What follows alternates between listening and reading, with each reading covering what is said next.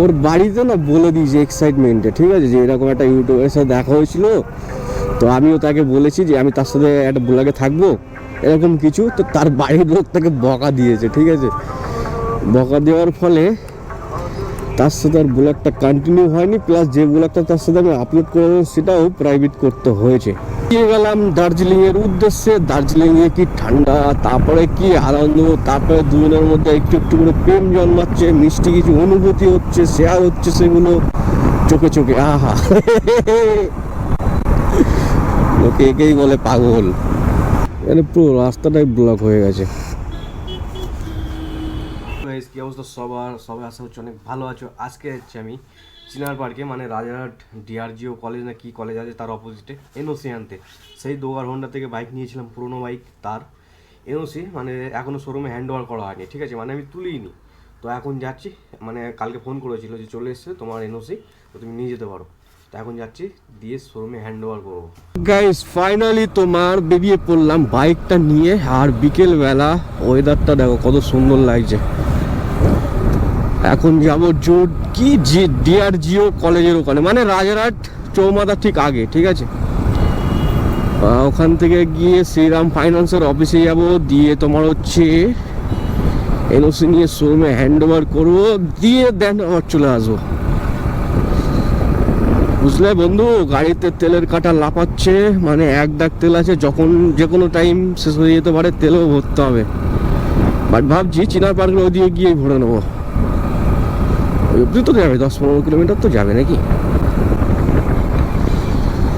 ও হো হো, চলো একটা গল্প বলি তোমাদের সাথে যেতে যেতে, একটা ছোট্ট মিষ্টি প্রেমের গল্প বলি, কি বলো? আচ্ছা, জীবন সঙ্গী তোমরা কেমন চাও? জীবন সঙ্গী কেমন চাও? আমার হিসাব হচ্ছে অন্যরকম। আমার হিসাবটা একটু ভিন্ন, একটু অন্যরকম, একটু অনুভূতি মিষ্টি থাকবে, আর সব কিছু আনএক্সপেক্টেড থাকবে, মানে কোনো কিছুই আশা করা যাবে না, কিন্তু সব কিছু আশার ঊর্ধ্বে হবে, ঠিক আছে। চলো সিগন্যালটা পার করি, তারপর বলছি। তো গাইস গল্পটা ঠিক এমন হবে যে আমি একদিন বাইক ট্যাক্সি করছি, ঠিক আছে, একদিন বাইক ট্যাক্সি করছি, দিয়ে একটা খুব সুন্দরী প্যাসেঞ্জার আমার বাইকে উঠলো। এবারে বাইকে উঠে তারপরে কিছু দূর তার যে ডেস্টিনেশন সেই দিকে যাচ্ছি, কিছুটা গেলাম, দিয়ে আমি তাকে অফার করলাম 1 কাপ চায়ের, ঠিক আছে।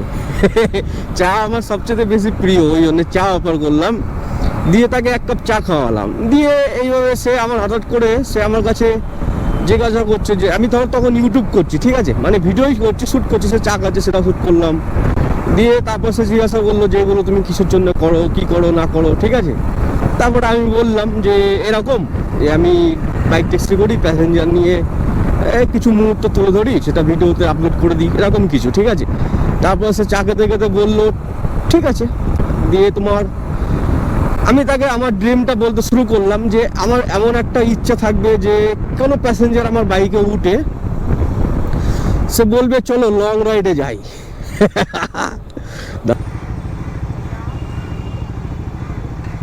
ড্রিমটা তাকে বলছে, ঠিক আছে, যে আমার এমন হলে ভালো হয় যে কোনো প্যাসেঞ্জার আমার বাইকে উঠে সে আবদার করলো যে লং রাইডে যাবো। যখন আমি ইউটিউবার শুনলি, ও বাপরে বাপ ভাই, এত জ্যাম কেন রে, মানে ভক্ষম জ্যাম ভাই, মক্ষম কি বলবো, ভক্ষম জ্যাম। ফ্লাইওভারের উপরে কি হলো, কিছু একটা হয়েছে, ঠিক আছে, নাহলে এত জ্যাম পড়ার কথা না ফ্লাইওভার উপরে। যাই হোক, তো আবার প্যাসেঞ্জারটাকে চা খাওয়াতে খাওয়াতে বললাম যে এরকম যে আমার ইচ্ছা আছে যে কোনো প্যাসেঞ্জার আমার বাইকে উঠে চা খাওয়ানোর পরে, ইউটিউবার শোনার পরে বলবে যে হ্যাঁ আমিও তোমার লং রাইডের সঙ্গী হতে চাই, মানে একদিন রাইড করাই যেতে পারে, ঠিক আছে, এরকম কিছু। তারপরে আমি বলবো ঠিক আছে তুমি কোথায় যেতে চাও? তখন সে বলবে কোথাও যে কোনো একটা, ঠিক আছে। তখন আমি তাকে অপশন দেবো, তোমার হচ্ছে আশেপাশের 50-60 কিলোমিটার ডিস্টেন্স বলবো, তারপরে বলবো একদম মক্ষম ড্রিম যেটা হচ্ছে দার্জিলিং রাইড, বলবো দার্জিলিং যেতে পারলে খুব ভালো হয়, ঠিক আছে। এটা স্পেশালি কাস্টমারটা কেমন হবে বলে দিচ্ছি, ঠিক আছে। আইটি সেক্টরে চাকরি করে, মানে সেক্টর 5 আর কি, সে যে কোনো চাকরি হতে পারে, কল সেন্টারে হলেও চলবে। এই যে দেখেছো, আমি বললাম না এখানে কিছু একটা ঘটেছে, তো এখানে গাড়ি বন্ধ হয়ে গেছে, বা অ্যাক্সিডেন্ট টাইপের কিছু একটা হয়েছে, বন্ধই হয়ে গেছে, কিছু হয়নি। খুব সমস্যা, গাড়ির ব্যাটারি বসে গেলে না মানুষ অসহায় হয়ে যায়। দিয়ে তোমার হচ্ছে যে সে বলবে ঠিক আছে তাহলে এক কাজ করি, আমরা দার্জিলিংয়ে যেতে পারি। আমি বললাম কবে? সে বললো তোমার ইচ্ছে। আমি বললাম এখনই তাহলে চলো। কল্পনা ভাই, কল্পনা। দিয়ে তখনই না তার ডেস্টিনেশনে, মানে তার যে অ্যাড্রেস, মানে যেখানে সে তার ঠিকানা, সে যেখানে যাবে সেখানে না গিয়ে বাইক ঘুরিয়ে রাজুকে ফোন করলাম, ভাই 5,000 টাকা ধার দে। ঠিক আছে, আমার কাছে এমনি 4-5 হাজার টাকা থাকবে। আর রাজুকে বললাম ভাই 5,000 টাকা ধার দে। দিয়ে পুক করে বেরিয়ে গেলাম বাইক নিয়ে দার্জিলিং। ভাই সাহেব কি অনুভূতি, সাউথ ইন্ডিয়ার সিনেমার মতো।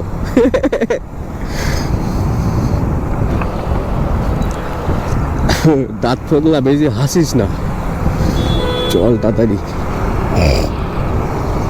কেমন গাইস তোমরাই বলো কমেন্টস করে, যে একটা মেয়েকে তুমি ধরো, একটা মেয়েকে ধরো, কথার কথা উদাহরণ, বাইক আর ট্যাক্সি হিসাবে তুমি তাকে ড্রপ করছো, দিয়ে তাকে ইনভাইট করলে চা খাওয়ার জন্যে, সে তোমার এতে সাড়া দিল, দিয়ে বললো ঠিক আছে চলো চা খাওয়া যাক। তারপরে সে তুমি তাকে বললে আমি ইউটিউব করি এই সেই বাগারা বাগারা। তারপরে সে বললো ইউটিউবে কী করো? তারপর তুমি বললে যে আমি লং রাইডও করি এই সেই। তখন সে বললো আমিও কাজ করে একঘেয়ে হয়ে গেছি, তো আমার একটা লং রাইড করলে ভালো হয়। লং রাইডে গেলে তো তখন আমি অফার করবো যে আমার সাথে যাবে।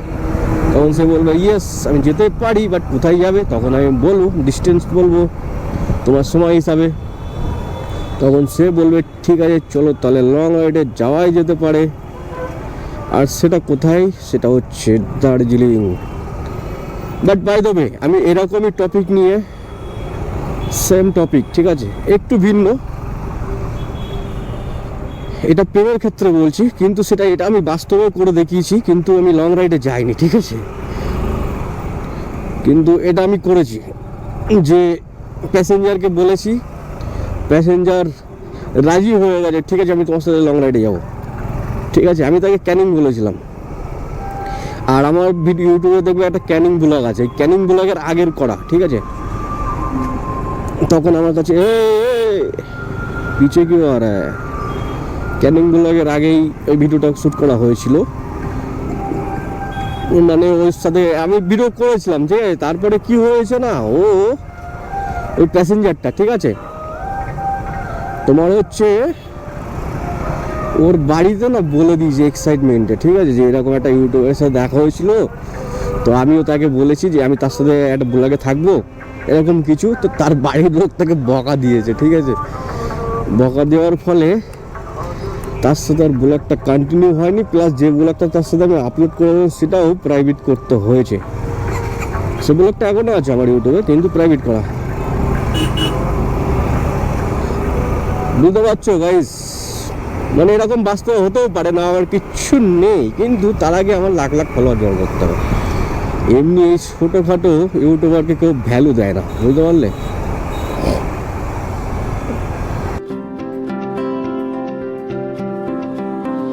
তুমি চাইলে ছুটে যাব পিছু পিছু, হাতে বাড়ালে দিয়ে দেব সব কিছু। তুমি চাইলে ছুটে যাব পিছু পিছু। তারপরে একটা প্রশ্ন আসতে পারে, তারপরে কি? তারপরে ক্যামেরা চলছে তো? ইয়েস চলছে। তারপরে তখন রাত, ঠিক আছে, মানে যখন আমি চা খাওয়াচ্ছি তখন হয়তো ঘড়িতে সময় 8টা বা 9টা বাজে, এরকম কিছু হবে সামথিং। তো তারপরে প্যাসেঞ্জার যখন রাজি হয়ে গেলো লং রাইডে, ওই রাতে লং রাইডে যাবো, ঠিক আছে। তারপরে দার্জিলিংয়ের জন্য রওনা দিলাম, ঠিক আছে। তখন ঘড়িতে কাটায় রাত 10টা কি 10:30 হবে। যাই হোক দুজনে বেরিয়ে গেলাম।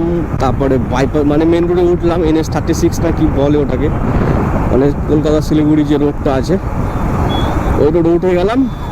দিয়ে প্যাসেঞ্জারটাকে নিয়ে সোজা তোমার চলে গেলাম বহরমপুর। ওদিকে ভালো হোটেল নেই, মানে এই রোড নতুন রোডের উপরে তো কি ওই জায়গাটার নাম, যে জায়গায় গামছা পাওয়া যায়, বেলডাঙ্গা না কি, ওখানে ভালো ভালো হোটেল আছে। তো ওখানে রাতে দুজনে ডিনার করলাম, ঠিক আছে। ডিনারে কি চাউমিন বাগড়া বাগড়া হালকা খাবার। তারপরে পরের দিন ভোরবেলা পৌঁছে গেলাম শিলিগুড়ি শহরে, ঠিক আছে। দিয়ে ওখানে একটা রুম নিলাম, নিয়ে ঘুমিয়ে পড়লাম, খুব ক্লান্ত। তো ওখানে পুরো দিন রাত স্টে করলাম, মানে এতটাই ঘুম লেগে গেছে ধরে নাও যে সন্ধ্যের টাইমে ঘুম হয়ে গেছে। তখন তো আর দার্জিলিংয়ে যাওয়া যাবে না, পাহাড়ি রাস্তা। তো পরের দিন সকালবেলা বেরিয়ে গেলাম দার্জিলিংয়ের উদ্দেশ্যে। দার্জিলিংয়ে কি ঠান্ডা, তারপরে কি আনন্দ, তারপরে দুজনের মধ্যে একটু একটু করে প্রেম জন্মাচ্ছে, মিষ্টি কিছু অনুভূতি হচ্ছে, শেয়ার হচ্ছে সেগুলো চোখে চোখে। আহা,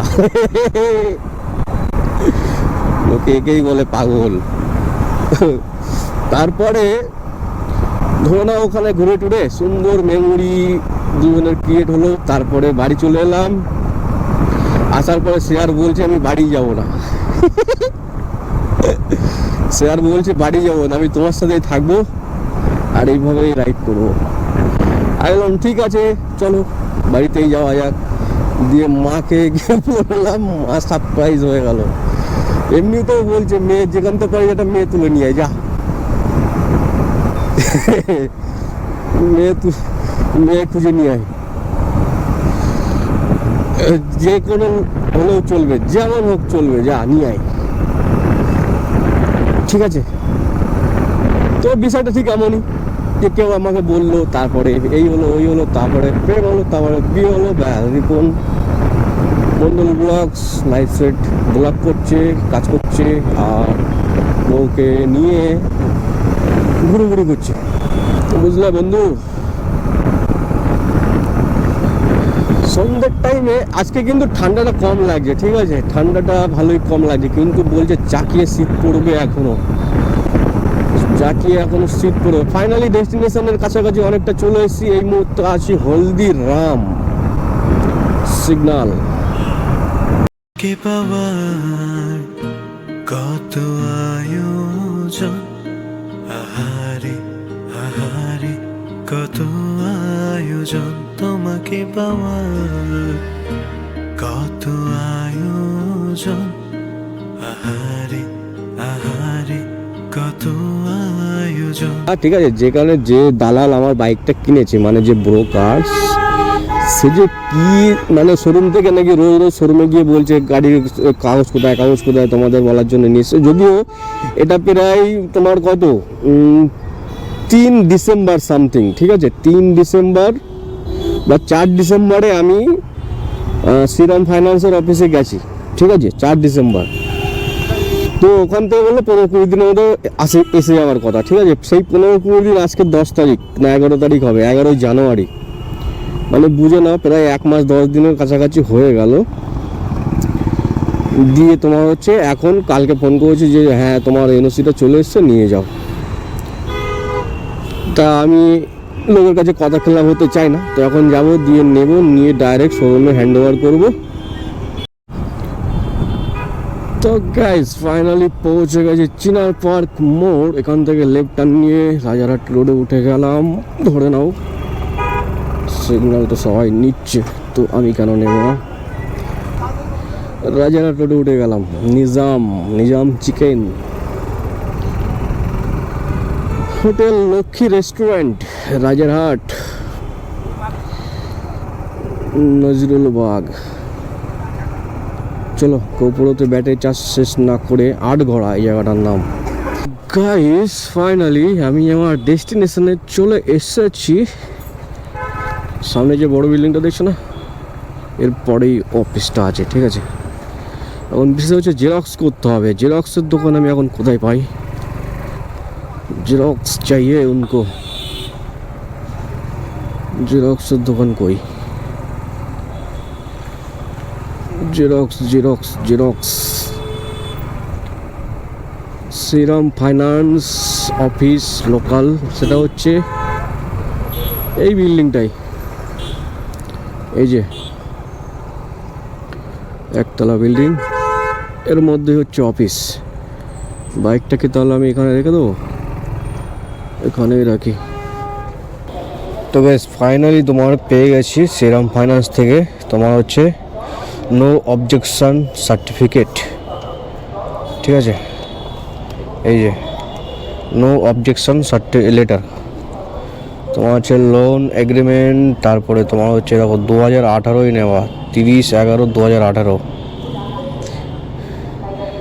মানে লাস্ট মাসে নিয়েছিলাম, ঠিক আছে। তারপরে 19টা পুরো শেষ করেছি, দিয়ে তোমার হচ্ছে 20তে আমার মানে 19-এর লাস্টেই তোমার হচ্ছে এনওসিটা নেওয়ার কথা ছিল, ঠিক আছে, মানে 19 ডিসেম্বর ধরো এনওসি আমার কাছে আসার কথা, কিন্তু আমি তুলিনি, প্লাস হচ্ছে ওরাও আমাকে ফোন করেনি, ঠিক আছে।